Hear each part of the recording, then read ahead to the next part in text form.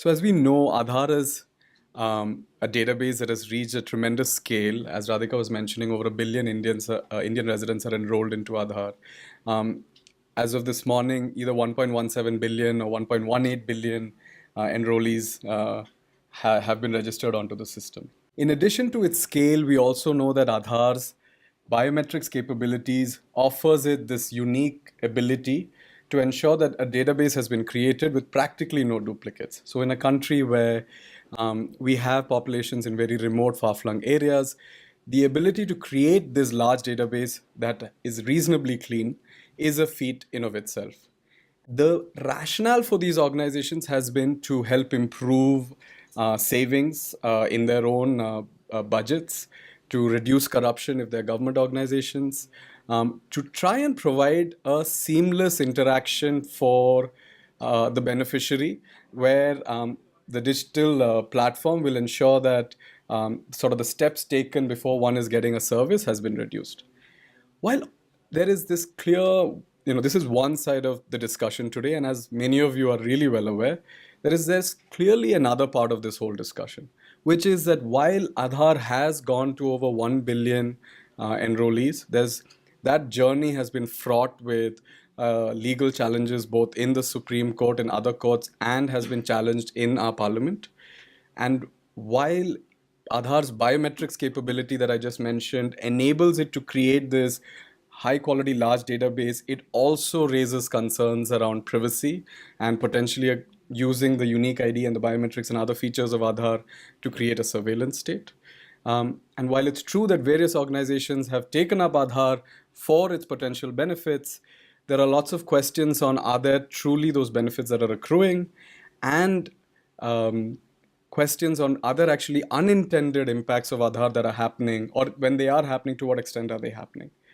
What we're seeing is that in this really vocal debate, there isn't a strong underpinning of evidence, data that is informing this debate. And to some extent, what I'm saying right now, kind of once both sides of the debate in a stylized fashion, is for us to actually focus beyond that for our conversation today. In that, what we really want to focus on today and what motivates IDinsight in this whole State of Aadhaar space, in this Aadhaar space, and why we're doing the State of Aadhaar initiative, is the fact that this debate is not underpinned by sufficient rigorous evidence. The State of Aadhaar initiative that IDinsight is leading, the main objective for us, in a slightly tall order, is trying to promote a more data-driven discourse around Aadhaar. So when you're talking about exclusion, when you're talking about privacy, when you're talking about savings, a lot of the things that are being said today are not underpinned by a strong evidence or research foundation. And what we're trying to do is trying to promote a more evidence-rich ecosystem with the hope that that will foster an understanding on the appropriate use of Aadhaar to improve the socioeconomic welfare of Indian residents, which is the final aim as claimed by UIDAI. This, I know, is an aim that is shared, of course, by 3IE, is shared by pretty much everyone in this room. And the focus, therefore, of what we want to talk about today is to give you quickly a glimpse of the State of Aadhaar report. We're going to tell you some of the main takeaways and some of the data and that kind of illustrate those takeaways. But pivot fairly quickly on to talking about how can research actually play a role in this ecosystem, and also to share with you some of the research tools that IDinsight has provided on its website, www.stateofaadhaar.in. So I'm going to spend a few slides talking about the report, and then I'm going to hand it over to Elizabeth, who's going to be speaking about the role of research as IDinsight sees it in the Aadhaar ecosystem. The methodology that we used for the State of Aadhaar report is essentially a combination of doing stakeholder interviews and secondary research. When we started our work on Aadhaar in 2015, we met with a range of stakeholders in the ecosystem, including those in government and those outside of government, those who are practitioners and those who are also researchers, to really understand, A, whether more empirical work needs to be done, and if so, in what shape and form it should take. And that was kind of the first starting point. To to actually then go ahead and curate the report, to form the report, we went through secondary research from various different sources, national and state data portals, ministry reports, Supreme Court documents, and so on and so forth.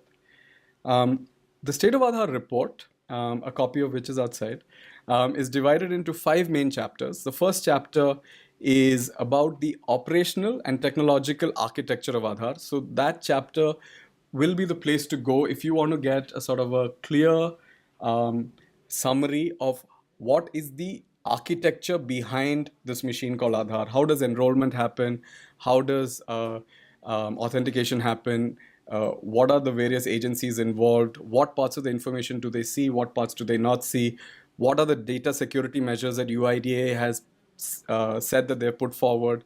What have been the initial studies on Aadhaar revealed? So on and so forth.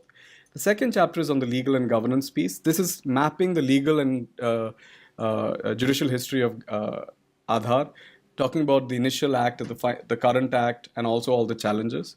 We then focus on the actual uses of Aadhaar in the financial inclusion space, in the social protection space, and then emerging uses in other spaces such as health and education.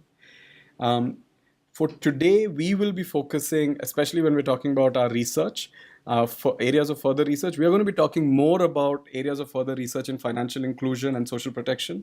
And the reason is that there's a lot to cover, so we thought it would be useful to focus on the applications of Aadhaar primarily.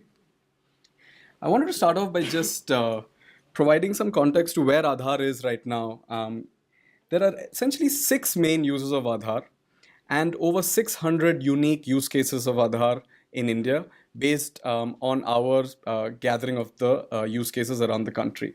Let me just go through each of those uses very quickly. The reason for doing that is we're going to be using the language on the left-hand side quite often today, so it'll be useful to just give a quick definitional update on each of these. The first use is seeding. This refers to seeding an Aadhaar number that an individual possesses against their name on an other database. So then that individual has seeded their Aadhaar to that database. The objective is, if another database, let's assume the NREGA database, will be, and all the individuals in that database is seeded with Aadhaar. The idea is that it will be able to transfer the capabilities of the Aadhaar database, which practically has no duplicates, onto this new MNREGA database. That's kind of and so you can create a cleaner database, hopefully therefore reducing the potential for corruption and identity fraud.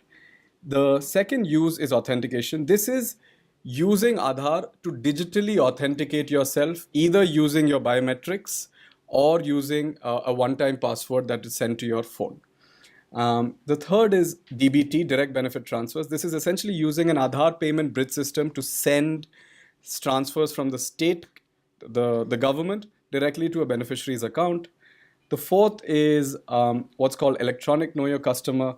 This is a use case that goes further from authentication. In addition to being able to authenticate who you are, with electronic know your customer, the UIDAI database will give basic demographic information to a third party with your consent. So I can go in, use my biometrics and my Aadhaar, and through that, and through the eKYC portal, a third party, let's say a bank, will not only be able to say that, okay, I am indeed Ronald Abraham, but will also be able to know what my age is and what my address is, what my gender is, and I think a couple of other data points such as parents' name, etc. Finally, there are 2 other financial uses, which one is mobile payments. This is essentially using the Unified Payments Interface that also uses Aadhaar. And then finally, micro ATMs, which uses the Aadhaar-enabled payment system. And micro ATMs, one can think of them as essentially ATMs that are mobile, that are carried around by business correspondents to provide the same services that the ATMs you and I use, using a POS machine, a point of sale device, that will then be working in a rural remote area, and sort of once it's done its business in that particular area, the business correspondent is able to take it to another one. What we're seeing here is the spread of these uses across the spread of use cases in India across these 6 uses, you'll see that seeding is the most prevalent, followed closely by authentication, DBT, and electronic know your customer. Another pattern that you'll see here is that certain sectors dominate certain uses. So you'll see that social protection is a sector where seeding is used quite a bit and direct benefit transfers are used quite a bit. Probably, the rationale for that is reasonably evident. Electronic know your customer is a sector that is predominantly, financial inclusion is a sector that predominantly uses electronic know your customer, mainly to open bank accounts and to facilitate opening of other kinds of accounts. This is just giving you a sense of what that spread is across India. The report essentially has 3 key highlights to share. I just wanted to mention those highlights and then give you one data point each to illustrate them. The first highlight from our report is that Aadhaar's users are growing and have a lot of breadth, but currently lack depth in most cases. What that means is that it is true what we are always seeing, that a new use of Aadhaar is popping up and you see it everywhere. However, the penetration of Aadhaar within each of those uses typically are not that deep. The second is that Aadhaar's impact on socioeconomic outcomes is limited or unclear. This basically means that a lot of the potential claims around savings, corruption reduction, etc., we do not have clear, verified, rigorous evidence to suggest those. And finally, we think that Aadhaar has shown capabilities of having intended consequences on the ground. We've seen lots of reporting on that. However, these are not as well understood as we would like to be able to address these issues front on. Let me just give you one illustration each of these data points. So the first one was about Aadhaar being spread across India but not actually having a lot of depth. We see this in DBTs. A lot of government programs are now using direct benefit transfers. I forget the latest numbers, but over 300 programs are using them. What we see here are some of the programs that are using Aadhaar: Manrega, the LPG system, the National Social Assistance Program. But in many of these cases, the transfers that are going, the direct benefit transfers that are using Aadhaar versus those that are not using Aadhaar, you'll see that only 33% of the transfers are using Aadhaar. This is an example of the fact that we see Aadhaar everywhere, but its penetration in many of the organizations that it's being used in is not as high. The second highlight was the role of Aadhaar in improving socioeconomic impacts is either limited or unclear. We'll see this here. What we're trying to show is that the role of Aadhaar in opening bank accounts for those who have hitherto been unbanked seems limited. On the left-hand side, you'll see that around 300 million accounts were opened using the Pradhan Mantri Jan Dhan Yojana in the last 2 financial years. At the same time, roughly 45 million accounts were opened using the electronic know your customer system of Aadhaar. So while one could argue that 45 million out of 282 million is a substantial amount, what we also know is that many times in India, Jan Dhan and Aadhaar are sort of considered one and the other. Kind of when one goes, looks at the rhetoric, we see that we hear about the JAM Trinity, the Jan Dhan Aadhaar Mobile Trinity. We hear about these things and we assume that what is Jan Dhan's impact is Aadhaar's impact. But what we're trying to show is that Jan Dhan potentially has opened over 300 million bank accounts for many of those who are unbanked. And we don't know to what extent, what proportion they're unbanked, but let's assume many of those are unbanked. What we're also saying is that the role of Aadhaar is there, but it's potentially limited. This is demonstrating, and at least for this audience, it'll be illustrative to mention this. Many times I put up this slide to show that the role of Aadhaar is limited, but I think many of you will appreciate the fact that this is a very high-level statistic that hardly goes into any of the nuances around financial inclusion. It's literally just saying that these are the number of accounts that have been opened by eKYC. These are the number of Pradhan Mantri Jan Dhan Yojana accounts. Therefore, we think the role is limited. We're not looking into the causal role that Aadhaar has played in potentially facilitating opening bank accounts. For that, we would need to understand what is the counterfactual of this 45 million number. Would these individuals have been able to open an account without an Aadhaar number? And to what extent was the differential related to to Aadhaar?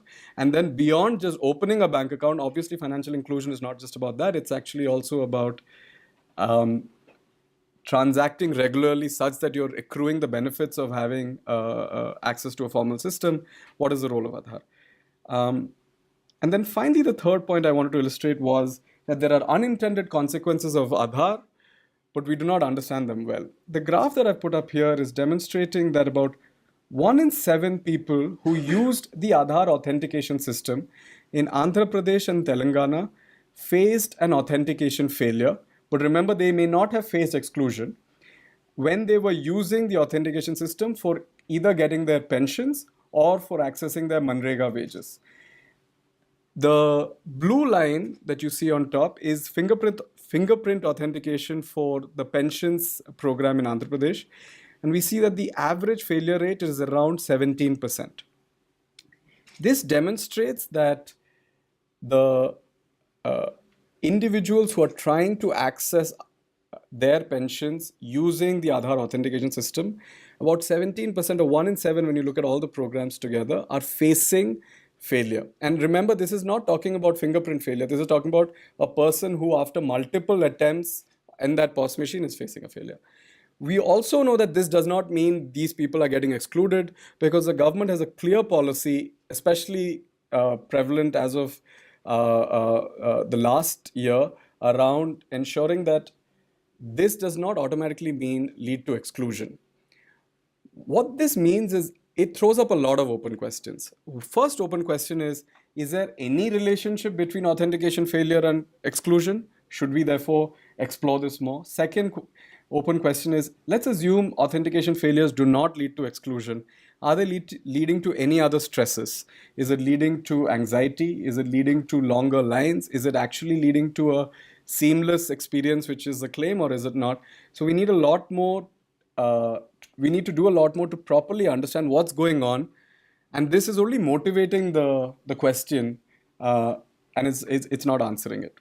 And we are showing this here to make that third point clear, which is that there are unintended impacts of Aadhaar, but we need to do a lot more to understand them. So with that, I wanted to now hand it over to Elizabeth. And I again wanted to remind all of us, the main objective of our discussion today is to really talk about the role of the role of research in this ecosystem. And everything I've said so far is to just set up the fact that this is what Aadhaar is, this is how we understand Aadhaar.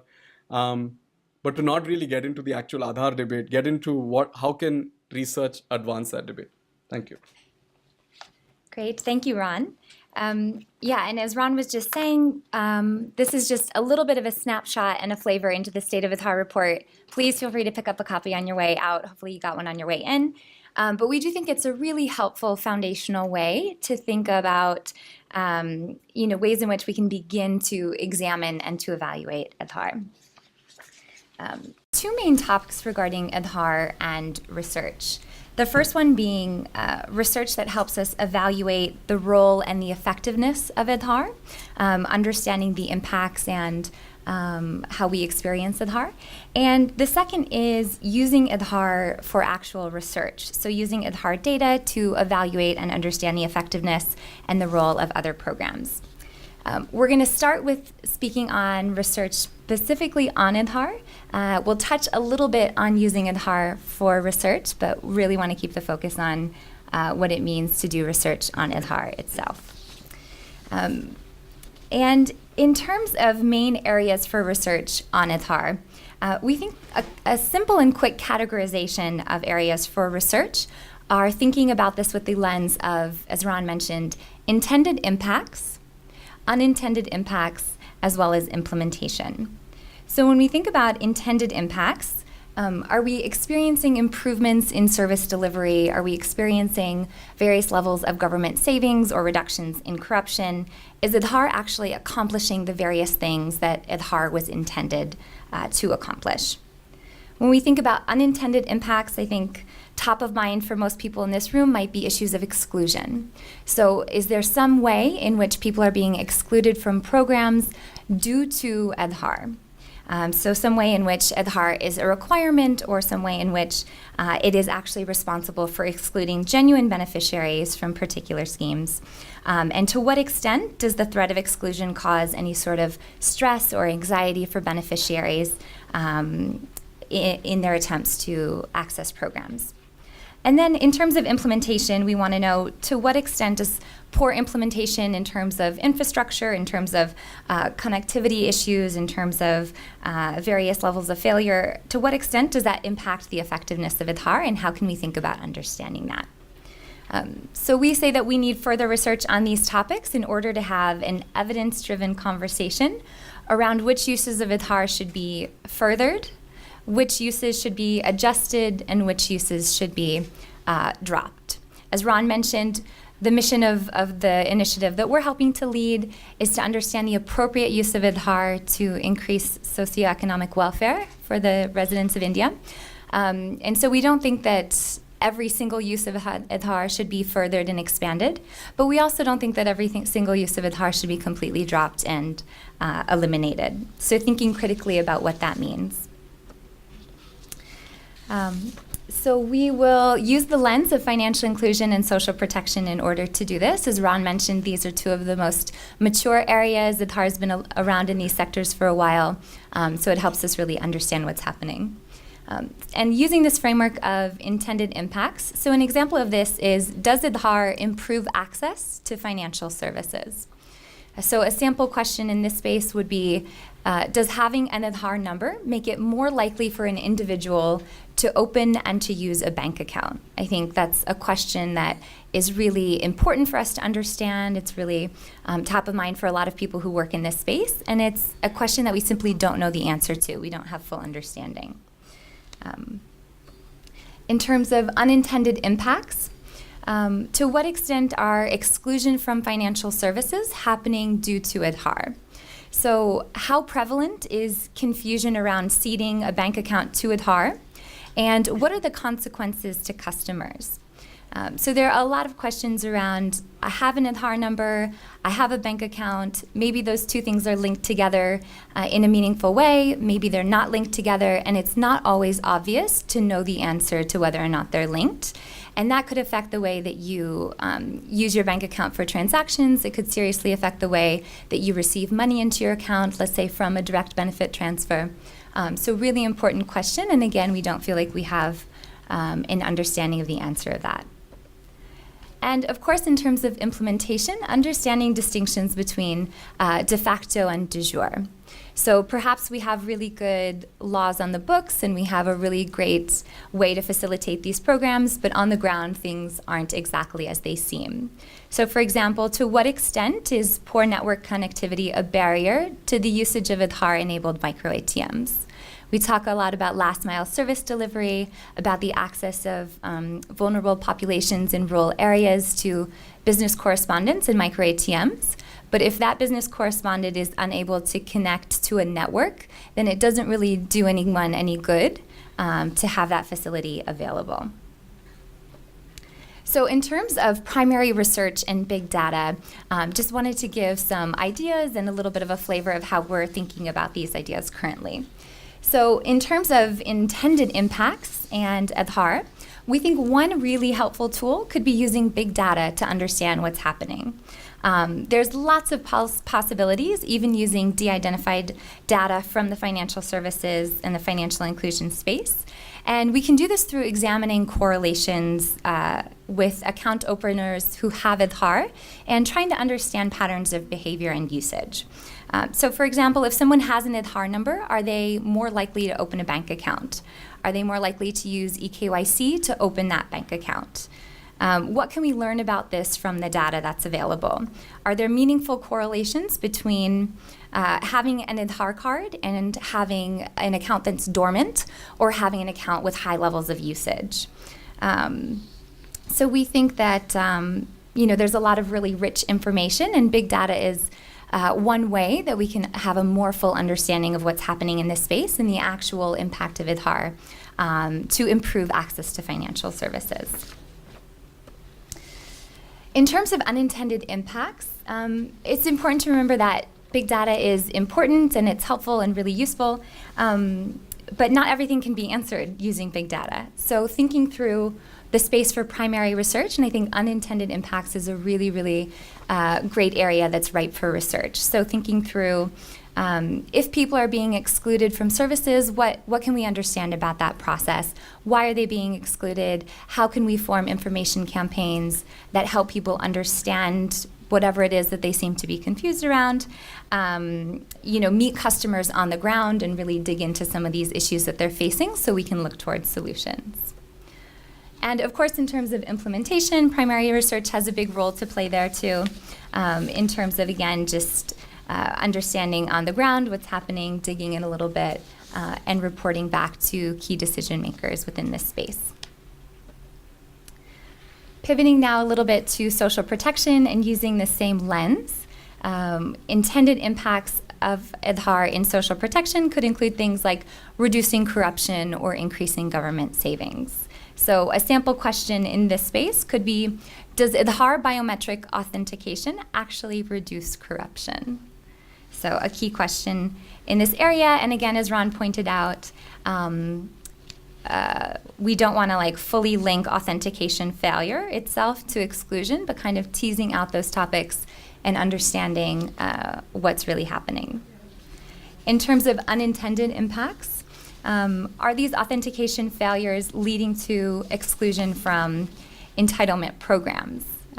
So again, we've talked about that. And with implementation, what steps are required to effectively transition from a cash transfer program to a direct benefit transfer? So in this space, we can imagine that lots of state-level governments or the national government is interested in improving readiness factors to leverage Aadhaar in a way that feels appropriate and necessary.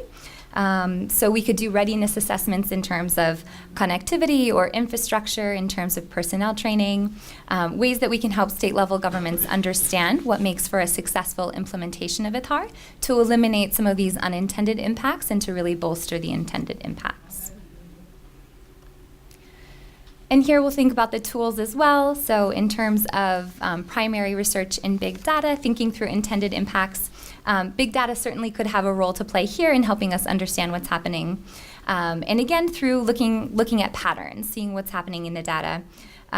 So for example, to what extent are authentication failures happening because of actual fraud?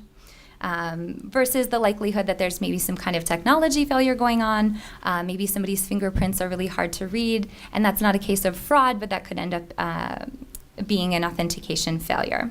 So some examples include conducting analysis to see trends in terms of, are there days of the week or are there perhaps days of the month in which we're seeing spikes in failure rates in terms of authentication. So maybe, let's say, hypothetically, at the end of the month, you see a high rate of increase in terms of authentication failure. Maybe that'd be a reason for you to investigate more deeply if some kind of fraud is happening in that space. In terms of unintended impacts, again, we think there's a key role for primary research here in terms of, again, just understanding, are these failures leading to people being excluded from programs? If so, that's something we care very deeply about, and we'd want to understand why it's happening and how we can improve it.